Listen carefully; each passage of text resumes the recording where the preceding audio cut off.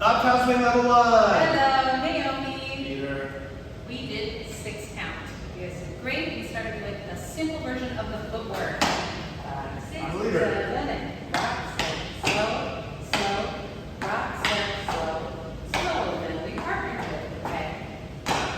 Rock, step, slow. So you can do it from closed. We can do a stand up. Rock, step, slow. One hand is fine. Then we added triple steps. Rock, step, triple step, triple step. Rock, step, triple step, triple step. That is your homework. We did the same stuff. Step, step, step. If I want to get my partner, I go rock, step, here I come. Take your time.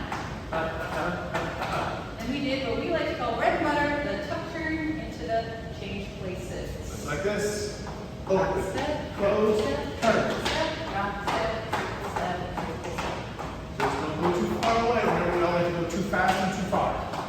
Make it open, close, turn, then pulling. Not too fast, not too far. And that's it. Get a lot of practice doing the footwork and you'll be good next week.